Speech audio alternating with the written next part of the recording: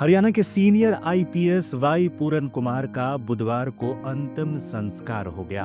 दोपहर 3 बजे कोठी से पूरन कुमार की अंतिम यात्रा निकली, जो करीब 4 बजे सेक्टर 25 स्थित शमशान घाट पहुंची। यहां उन्हें पुलिस की टुकड़ी ने पहले सलामी दी और बड़ी संख्या में पहुंचे पुलिस प्रशासन और सरकार के प्रतिनिधियों ने श्रद्धांजलि दी। इसके बाद आईपीएस की दोनों बेटियों ने उन्हें मुखाग्नि दी। अंतिम संस्कार के वक्त वाई पूरन कुमार की पत्नी काफी भावुक नजर आईं और अपने आंसू नहीं संभाल पा रही थी। इस दौरान उनकी बेटी उनका हाथ थामे हुई थी, मानो कह रही हो, माँ तुम चिंता मत करो, पापा को हम न्याय दिला कर रहेंगे।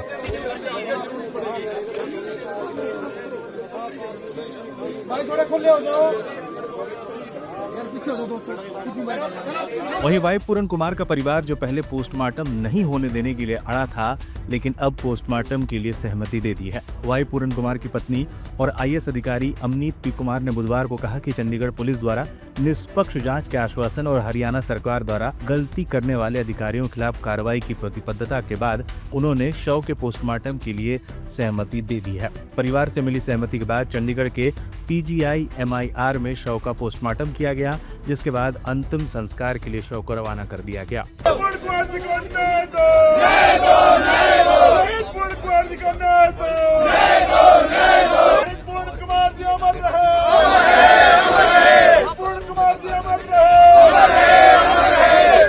आईपीएस अधिकारी वाई पूरन कुमार की पत्नी ने इससे पहले पोस्टमार्टम के लिए सहमति देते हुए कहा, पुलिस द्वारा पारदर्शी और निष्पक्ष जांच करने के आश्वासन और हरियाणा सरकार द्वारा कानून के अनुसार किसी भी दोषी अधिकारी के खिलाफ उचित कार्रवाई करने की प्रतिबद्धता के मद्देनजर मैंने आईपीएस वाई पूरन कुमार के पोस्टमार्टम के लिए सहमति दे दी है।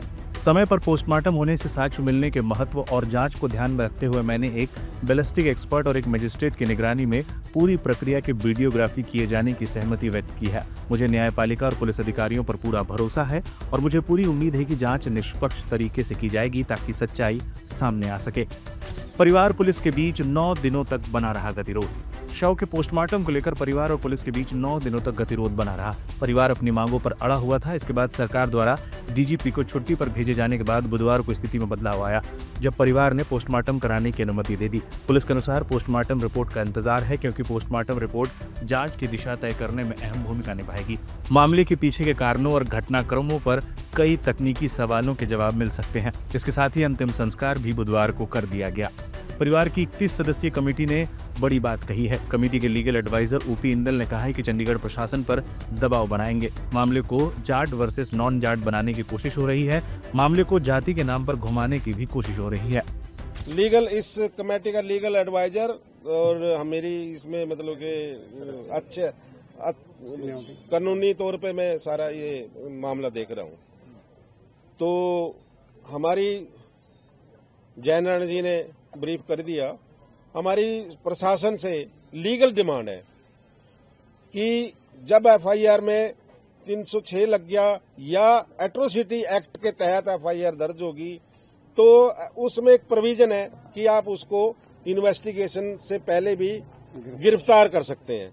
इसलिए हमारा कल का फोकस ये रहेगा कि चंडीगढ़ एडमिनिस्ट्रेशन कहिए या चंडीगढ़ पुलिस कहिए कि उनको अक्यूजों को बुलाए और इन्वेस्टिगेशन में शामिल करें उनको, और उनको प्रॉपरली अरेस्ट करें, क्योंकि वो अक्यूज कोई आम अक्यूज तो है नहीं है। वो बड़े इन्फ्लुएंशियल हैं, बड़े ओहदेदार हैं, पुलिस के हैं अफसर वो।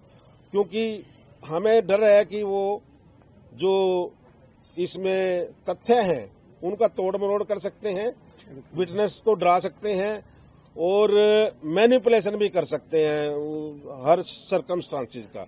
तो हमारा फोकस रहेगा कि उनको जल्दी से जल्दी कस्टडी में लिया जाए और उसके बाद प्रॉपर इन्वेस्टिगेशन शुरू की जाए।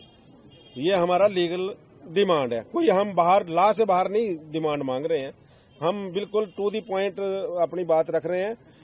और जो इन्वेस्टिगेशन अभी तक यूटी पुलिस ने शुरू नहीं की है ऑन वन और अदर प्रोटेक्ट्स, भाई पहले जैसे कि भाई इसकी पोस्टमार्टम रिपोर्ट नहीं है ऐसा वगैरह, जबकि जो प्राइमा फेसी एविडेंस है वो डाइंग डिक्लेरेशन मानी जाती है, क्योंकि वो अनरिब्यूटेड एविडेंस होता है एज पर एविडेंस एक्ट। तो हमारी ये डिमांड है कि ये dying declaration is sufficient evidence to arrest any accused if the FIR registered in the atrocity acts. Jindal साहब, अगर आप कह रहे हैं कि जो प्रभावित, जिस तरीके से आपने बात की कि इस तरीके से कार्रवाई की जानी चाहिए, टाइम डिक्लेरेशन जो है वो एक अहम एविडेंस है, उस पर गिरफ्तारी की जा सकती है, लेकिन आज ही जो है रोहतक में एक ASI ने जो है वो अपने आप को गोली मारते हुए वाई पूरन कुमार जी के ऊपर कई तरीके के गंभीर आरोप खड़े कर दिए हैं। तो टाइम डिक्लेरेशन तो उसका भी होगा, तो इस मामले में अब जांच का दायरा जो है वो बड़ा हो गया। और आप जिस तरीके से, मेरा एक सवाल इसी के साथ जुड़ा हुआ है, निष्पक्ष जांच चंडीगढ़ पुलिस जो है वो कर रही है और निश्चित तौर पर करेगी भी, लेकिन उसका मानना यह है कि जब तक परिवार वाले पोस्टमार्टम या उसकी इजाजत नहीं देते तो उसकी जांच का दायरा आगे कैसे बढ़ेगा? देखिए, जहां तक आपका वो ASI की रोहतक वाली बात करी है, उसका अभी हमें मतलब कि ऑथेंटिसिटी का नहीं पता। हो सकता है कि हरियाणा में हुई है, DGP पे हम इतने बड़े बड़े आरोप लगा रहे हैं, तो ये मैनिपुलेशन भी हो सकती है। और फिर दूसरी बात है, उसने जो बात कही है वो बड़ी मतलब कि अटपटी बातें हैं, जिसका कोई लीगल स्टैंड नहीं है। अनजस्टिफाइड बातें कर रहे हैं आप। ए ठीक है, B ठीक है, पर तू की जान दे रहा है? Is this possible? भाई, मैं किसी और के लिए अपने आप को गोली मारूंगा? या अगर मेरे ऊपर पीड़ित कौन होता है गोली मारने या फांसी लेने वाला या सुसाइड करने वाला? खुद पीड़ित होता है ना। आप मतलब कि दुनिया का गीत गा के थोड़ी मरता है कोई। इसलिए हम उसको बिल्कुल सिरे से खारिज करते हैं, उसकी बात को। हम उससे, हमारा कोई से लेना देना नहीं है। बाकी सरकार उसका संज्ञान अपने लेवल पर लेगी। हमें दुख है कि वो मरे बेचारा, सहानुभूति है। डिक्लेरेशन को तो रिजेक्ट नहीं आप नहीं, वो सुसाइड नोट भी दिया। नहीं, अगर वो ये कहता है मेरे से पैसे लिए हैं, फिर तो बनता एक्शन। वो कह रहा है कि मेरा SP ईमानदार है, DGP ईमानदार है। अब इसमें पुलिस को देखना है ना। हम मतलब कि ये काउंटर करने की है। दूसरी, उसने जाट और नॉन जाट की बात की है। आप इससे अंदाजा लगा सकते हैं कि ये डाइवर्सिफिकेशन कर रहे हैं, मुद्दे को घुमाने की कोशिश कर रहे हैं और हमें, हमारे मूवमेंट को बांटने की कोशिश कर रहे हैं कास्ट सिस्टम पे, जो हम नहीं होने देंगे।